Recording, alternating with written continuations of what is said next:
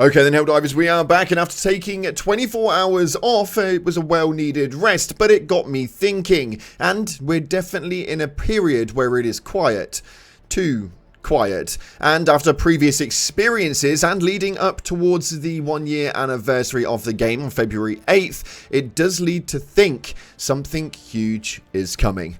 We're going to be giving you guys a quick breakdown of your major order, as well as a conversation with regards to what it is that we're going to be receiving come the 1-year anniversary, as I think that we may be underplaying this one just a tad. Then, typically, we've got some content appreciation coming from the Reddit, from the community itself, so we're going to dive into everything we've got happening today. If you haven't already, smash that beautiful blue thumbs up and subscribe with post notifications turned on, and make sure you check out our sponsor, Gamersubs, the company that offers esports athletes and gamers alike with the most effective energy drink choice compared to those tinned alternatives that we're all used to help you perform to your highest potential, especially during those more crucial moments. With it being completely keto friendly, zero sugar, and with less than 1 calorie, this thing is an absolute no-brainer. Links in the description, and use code CloudPlays at checkout for a cheeky discount. And to prepare for the 1-year anniversary, we're doing a giveaway for the top bundle of super credits inside of the game. If you want to get your hands on it, just pop a purple love heart in the comment section to try and push the rest of the Illuminate army to come to the game, and it'll enter you in. We're going to be giving it away over the next couple of days. Stay tuned for the announcement of the winner here in these videos. With that being said though,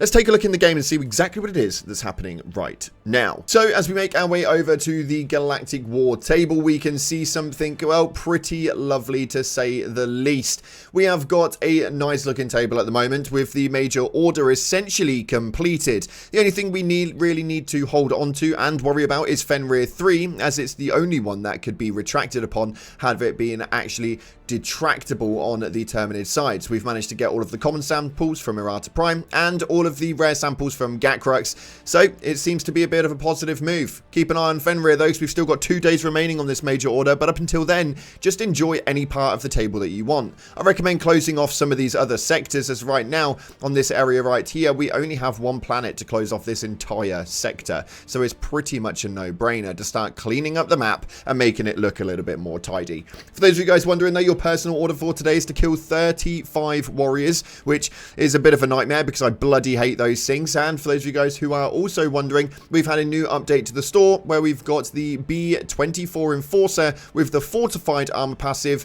and we've also got the CE74 Breaker with the engineering passive. Now this is a very nice set on here. If you guys want to go ahead and grab these, then definitely do. I personally really like having the engineering kit. It's just one of my favorites. Anyway, let's dive into the background of the game and see exactly what it is that's happening right now. As a quick PSA to you guys, the Demolition Derby clip contest has now been closed, and it's time for the vote, so you guys can head into the Discord and put your votes forward to exactly what it is that you guys want to see. This will obviously lead towards the Hall of Fame for you guys in a competition for the FRV, which is absolutely hilarious, and there are some really good clips in there. We may even do a video reacting to some of them and seeing which ones are the better ones later on today as a bit of additional content. Let me know in the comments if you want to see something like that.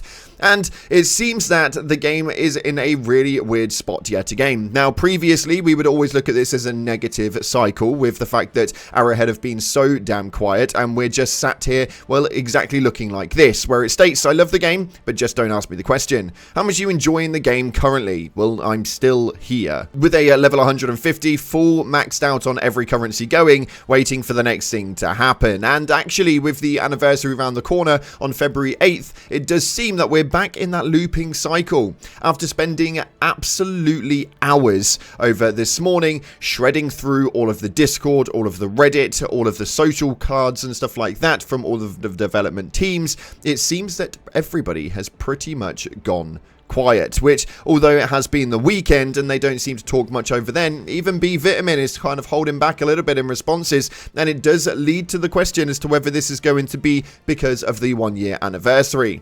With the 1-year anniversary being really close now, at just a week and a half remaining, we have seen a running trend in the past where it genuinely looks like we are going to be receiving something huge. If we all take our way back to the December time period, we had a really quiet period. The player base had dropped down to pretty much zilch, and we were all wondering what the hell was going on. Developers weren't really talking, and everyone had kind of gone a bit on mute, with Helldivers going a bit dark, other than the factor of posting up new major orders and and things that were coming your way. Well, actually, we're back in that cycle again, and what is it we can expect? Well, we're going to be keeping an eye out all over the socials as of when the Illuminate actually dropped. Shams Jorjani popped up inside of the Discord and showed up things such as this, where they were stating that let's focus on the map topic, squids, and he said it was fake news. Well, actually, the Game Awards popped up just after that, and we received the Illuminate for the first time. So, you guys know full well that I am scrubbing through the Discord and scrubbing through everything every single day, looking for that next pointer. And yes, if you are watching Arrowhead, don't panic. We have got our eyes open and we know your games now. So what is it we can experience over the next week and a half? We'll have to wait and see, but it does seem that February 8th is going to be one for the record books, being the 1 year anniversary is quite a big thing, and the community are really talking quite largely about this. Could we experience a brand new crossover? Maybe even a new large war bond? Are the Illuminate going to be coming by force, or are Super Earth going to be attacked by all of the factions? Let me know your ideas via the comment section below, so I think it could lead to some really interesting conversations. And I am just sat here waiting and waiting for that wonderful moment for the 1 year anniversary to arrive. Now, actually, bringing into the things that could be coming to the game, although this will likely never see the light of day, if you guys are enjoying mods right now, I did actually manage to see over on Glitch Unlimited's channel that he was showcasing a cool mod for somebody who had posted up about the Warhammer Dreadnought exosuit. And this was quite an intriguing one because it led to believe that there are some really high expectations and potentials that you can move into with this. They stated that the cross collaborations would need to fit the lore and at least fit the narrative of what the game actually looked like. And after seeing this mod firsthand, it looked really well designed. So much so that it looked like it actually fitted in the game. So even though Warhammer may not necessarily be a part of the in-game cycle of during the same time period or anything like that, it definitely seems to match the aesthetics of how the game genuinely plays. It would not surprise me if this became a crossover at some stage or another, although for those of you guys who are in mods and stuff like that on PC right now, you should be able to access this one pretty soon, although it's currently still being in the works. So a massive shout out to this user because this one was huge and it received over 10,000 upvotes, and again, shout out to Glitch Unlimited as I did manage to find this over there. And then we had this right here, which is about the veteran titles. Now obviously we've been wanting for capes and stuff like that with regards to some really large objectives. We did have the Creekers cape and that was quite a big one, and we were kind of hoping for some more stuff to come alongside. It does seem to be quite a lot of work, which is probably why we don't obtain any of these things, but I think that titles could really stem into the next factor of being able to be a part of these issuements. Now somebody's made a couple of little designs here for the Meridia cycle, the Malevelon Creek recycle, and the Calypso cycle. And I do think that actually this could work really, really well. Although it's not a cape and aesthetically it's definitely not as pleasing, this could be a really simple way to be able to push out a cool little gift for some of those more big in-game movements such as Calypso, Malevelon Creek and Meridia. And they do genuinely look pretty damn cool. For me, I think this could be quite an easy thing to put in and yet have such a large effect for the community to be able to rock their favourite storylines generated by the community. And obviously, as far as the Arrowhead development team go, they definitely pick up on what it is that's going on because you guys are not a quiet community. If you could use any of these three, let me know which one you'd want to see, and if there are any more such as Martail that you would want to add into there, then do let me know with some ideas via the comments and we may even shout you out on the next video.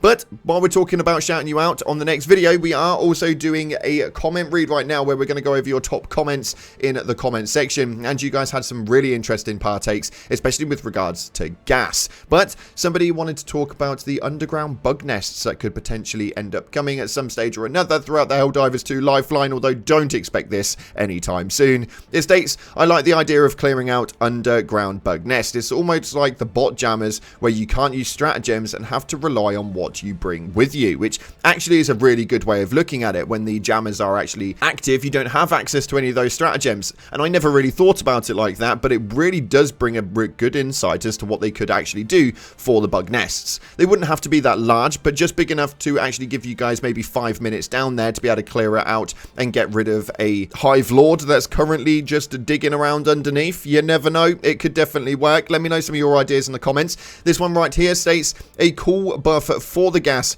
could be corrosion effect, which makes enemy joints move slower and deal slow acidic damage, which decreases the enemy's armor rating. So almost like a bit of a tick damage and a slow mechanic, it could work really, really well. And alongside what it is that the gas could actually do, actually runs in a decent movement.